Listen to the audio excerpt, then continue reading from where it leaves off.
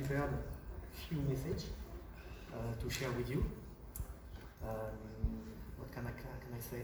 Beyond the common widely deployed ADAS functions such as adaptive cruise control, autonomous emergency braking, or lane positioning assist, for instance, automotive industry is constantly innovating to add new features and to support heads to driver in order to improve safety, comfort, and user experience. Today, during this session, you will have the chance to hear speakers who will present various topics that fit perfectly with different ADAS themes, major ADAS themes. First of all, lighting about the projection of information outside the car that can support and supplement ADAS features and autonomous vehicle functions. Then after you will understand how is it possible to detect the road surface informations. It's a good element to allow best control by autonomous vehicle. The third topic is about connectivity, and you all agree it's a major technology to optimize ADAS features or to create new ones. And the main last topic is about safety, a real concern of all ADAS and autonomous vehicle designers. Then let's go to our first topic, and for that I welcome Philippe Wickel from Stellantis. Philippe has been working in the field of lighting since 2010. He held several positions as group leader for lighting simulation at Opel and PSA. He is currently working on exterior lighting as the lead innovation engineer. Philippe represents the functionalities and technology for projecting information outside the car. He will shed light on the technological issues and main interface subject to address this topic. Philippe, from you. Mathieu, thank you very much for this kind introduction. Hello from my side, everybody. I think most of you are asking why I'm in this driver assistance projection topic. So driver assistance projection is clearly a lighting topic and not purely an ADAS topic. I can tell you an easy answer. So the majority of the time we spent in this innovation project, we had to spend to discuss topics with the ADAS teams and not discuss the topics with the lighting teams. And this is exactly the purpose of my presentation. That's why I called it the challenges for next generation headlamps, as we call it, the driver assistance projections. So in the agenda you can see I will go through several topics. So first of all, I do not want to bore you again with lighting technology. I think this is aware to all of us, especially not in the first lecture after the lunch break. But I want to then jump quickly to the features, because most of these features are ADAS related and coming from these ADAS parameter. Talk a little bit about the user experience. We have big departments, Stellantis internally, which decides what is useful, what is not useful for the driver. All the system impact, we performed a clinic with participants who drove the car and give us feedback, small benchmark and the overview of the prototype vehicle. And then in the end I want to close my speech with a question and proposal regarding the interactions with the camera. So jump in, first step with the lighting technology. I think you know these technologies.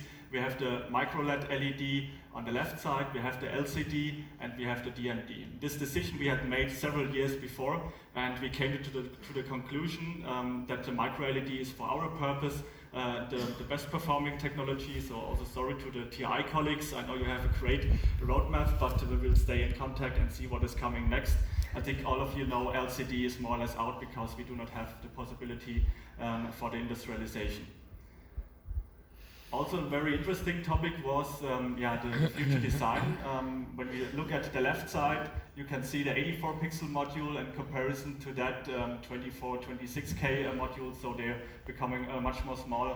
Also, this fits perfectly to our, let me say, standard headlamp setup. I think, it's common. We have cornering light, we have the HD module with all the ADB functionality. By the way, no words about ADB in this lecture.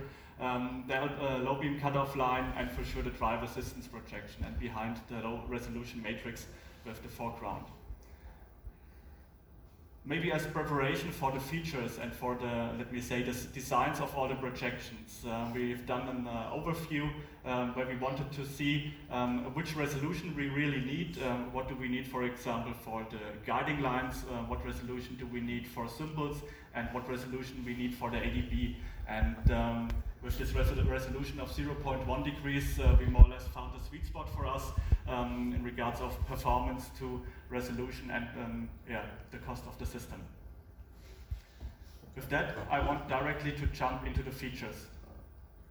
I think it's same for everyone who is thinking about driver assistance projection. As an engineer, you have many ideas what you can execute with such a technology. I think the most common topic are the dynamic guiding lines. Then we go over to lane keep assist, warning symbols, the marking light with a special shape in front of persons or animals, and for sure also something nice for the customer when he opens the car, the animations.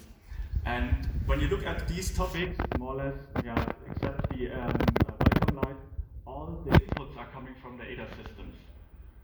And I jump to the next slide.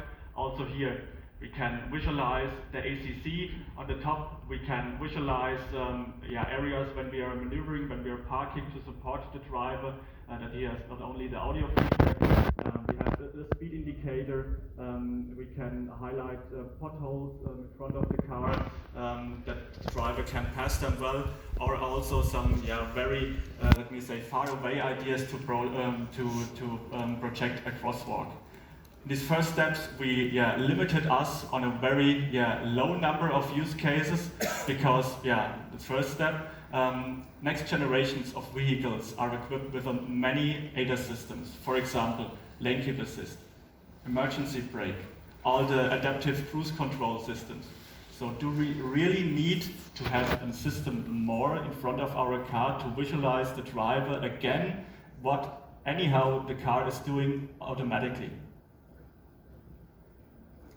And for this, we introduced our user experience department, but before I come back to the features, I want to give you the, let me say, the next system, which is also in concurrence to our system. It's the head-up display. So the head-up display is more available in each and every brand, and it provides you information about speed, about road sign recognition, warning, navigation, and so on. And the head-up display is more or less exactly in this area where we currently are allowed to project symbols in front of the car. So when you see this visualization, we have the guiding lines, which is more or less a shape which is has not a reading task, and it's not directly in interaction with the head-up display because you can see the information in front of the car flying, and the guiding line visualizes you the borders. But when we go to the next situation, for example, a symbol here, the snowflake, then we have the direct overlapping. So you can do two things. You can deactivate the head-up display when you project symbols. There is also a discussion with the user experience because then maybe the speed indicator is lost, or I have to cut out areas where I'm not allowed to project something in the head-up display. So all these discussions are there, and we cannot hide for them. One solution we thought to not, let me say, put too much effort in it to separate areas of the head-up display is to say, okay, we can easily move the symbols from the central area where the head-up display is anyhow active to the area beside. For sure, we have not that much space between the head-up display area and the road markings, but this could be a potential solution, and we are also going forward with this solution. And what we tried to have, let me say, a common area of information. So in the field or the area where you have the head-up display, we wanted also to place the symbols. Yeah, with all these, let me say, discussions up front and many sessions of Photoshop, because we had to see how these features are looking like, and we anyhow have to promote them internally. Yeah, we step into the reality with our test car. And when you see the first pictures of the test cars, you recognize very soon that some of these nice Photoshop pictures, yeah, you cannot execute them with such a system. Maybe with a DMD, but not with a microlens. You have not this high resolution. So it was clear quite fast that we cannot deal with super fine structures and shapes, all the nice things our designer wanted to have. We have to concentrate on the, let me say, the core element, especially for the guiding lines. You see the upper left. I think, many of you have already seen them in prototype cars or test cars. So this is also the direction we went. Then the same for the symbols. For sure also Photoshop is there, and for sure the left pictures where you can see the pedestrian crosswalk, the animal with directional arrows and all these topics, they look nice, but it's not that executable with such a microlens system. And this was the reason why we said, okay, we concentrate on a very small set of symbols in the first steps, also with the ongoing discussions on the GRE and the regulatory, and try to fit them together. The trigger or the activation is coming more or less from the ADAS system, so that means when the camera detects a narrow road in front of us, we are below a certain width. These guiding lines you're seeing here are projected, and when we recognize additionally, for example, an animal, we can have these kind of overlapping, these multiple use case, and let them exist next to each other. Next step in reality. So for sure, we can have different designs in these symbols. We have one shape where the symbols are more or less standing in front of the car, or we have the possibility to have the symbols projected as lying on the street surface. Both are possible. It's a very subjective topic, so everybody can design what he likes more. We decided to go ahead with the standing ones because they are more related to the symbols you anyhow have at the road signs, and it's better recognizable for the driver. And then I come back to the topic I mentioned before, the correlation with the head-up display. So here you can see the head-up display in the upper line is active. You have the speed indicator, maybe the radio channel you're currently hearing, navigation system, and in case of detecting bicyclists, pedestrian, animals, and so on, you project them beside, and you can clearly see these warning tasks. They are activated for a couple of seconds. We say the same period, we anyhow show to the driver some hazard situations, and this fits to the complete HMI. Or when the vehicle is not equipped with a head-up display, or the driver does not want to have the head-up display, then we have the opportunity to project it into the center. But there, please keep in mind, you have this overlapping area. Never do a simple projected by both headlamps. So we switch from the right headlamp for the activation with head-up display to the left headlamp for the activation without the head-up display. Next topics in regards of dynamic. So you will see in the upper area, I will start the video soon, let me say a standard moving guiding lines. This is also a big discussions we currently have in the regulatory discussion. And then the lower one, a more adaptive one. What I want to say with it. So you can move the guiding line from left to right based on vehicle dynamics. It's not a predictive function, it always reacts on the steering wheel angle and all the vehicle dynamics. But when you drive into very narrow curves, you're exceeding the potential field of view. You cannot go that far into the curve. And that's why we thought about, let me say, a way of adaptation, depending on speed, depending on curve radius. When you drive fast, like you see it here, you have the long guiding lines because you need them in a high-speed situation. When you slow down or you're in a curve, then you reduce the length. So let me say, the one big benefit is that you never exceed the field of view of your protection system.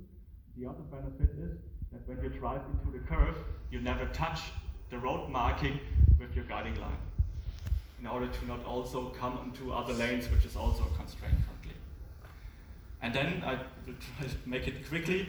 We have seen a great summary by Michael Hamm yesterday. It's the detection or the perception of other traffic participants. We did a split screen. On the top view, you have the projecting vehicle. It's now projecting based on the road sign recognition. And on the lower area, you see the vehicle which is waiting. So you can see a lot of, let me say, glare on the street. But when you look, on your own lane, you're not really able to recognize it, or it at least does not interest. And then the extreme situation we also have seen yesterday. I think it was 6.3 seconds. For sure, we wanted to highlight it here. This is the camera view. It's not a normal behavior of the driver, but just to give you an impression, when you're really driving in parallel for a long time with the same speed, which is not the real use case, you can recognize that there is something. But for sure, to be honest, when you're in the situation, you are aware on these blinking roadworks topics and not on this projection, which is next to you. We tried to summarize or to get a feedback on all these, let me say, ideas or thinkings we had and set up a big clinic.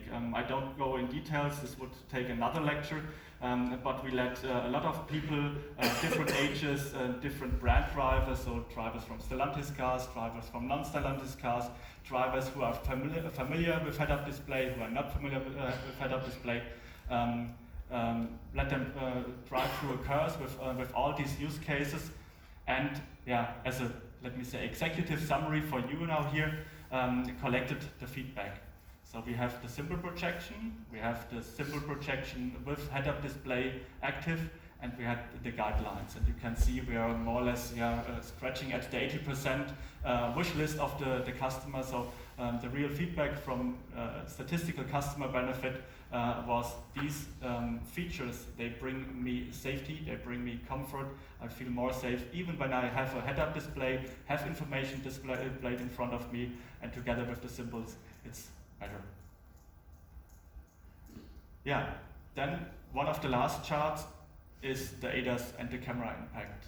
We stepped in a little bit into the discussion yesterday, but I just wanted to highlight that this is a field where we can have a lot of interactions, and ADAS has to be involved in all these activities, not only our internal ADAS teams, but also our suppliers who are delivering the software, who are delivering the neural network based algorithms. One topic, especially for the dynamic guiding lines, you cannot easily hide them. So you cannot define like a symbol on the right side. You always know the symbol is projected at the fixed area, so when the camera knows when is something projected, where is something projected, it can prepare on the situation and everything is okay. But when we're looking at the guiding lines, we are more or less in a dynamic situation, driving up perfectly in the middle of the lane. The bending of the guiding lines, they have, let me say, different sizes of this field. The length has different sizes of the field. This was a topic we recognized by collecting more than 10,000 of kilometers, that there are issues. We have to look into details. I would appreciate to come in discussion with you and to have ideation phases. We currently have solutions, but I think we can have some easier ones. And with this, I wanted to close my lecture, and thank you very much.